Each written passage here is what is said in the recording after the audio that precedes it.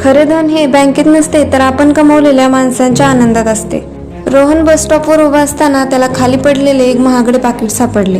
त्याने ते उघडले तर आत पैशांऐवजी फक्त एक छोटी डायरी आणि 5 रुपयाचे एक जुने नाणे होते.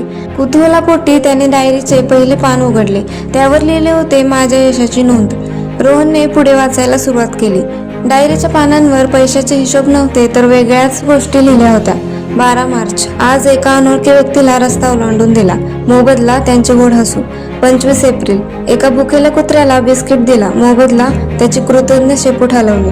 5 मे, आईला न सांगता घरकामात मदत केली, मोबदला तिच्या डोळ्यातील समाधान. डायरीच्या शेवटच्या पानावर लिहिले होते, खरे धन हे बँकेत नसते तर आपण कमवलेल्या माणसांच्या आनंदात असते. तेवढ्यात एक तरुण धापा टाकत तिथे आला आणि म्हणाला, भाऊ, माझे काळे पाकिट पडले आहे, सापडले का? रोहनने ती डायरी आणि नाणी सन्मानाने त्याच्या हातात सुपूर्द केली. आज रोहनला पैशांपेक्षाही मौल्यवान अशी एक अनोखी संपत्ती सापडली होती, जगण्याचा एक सुंदर दृष्टिकोन.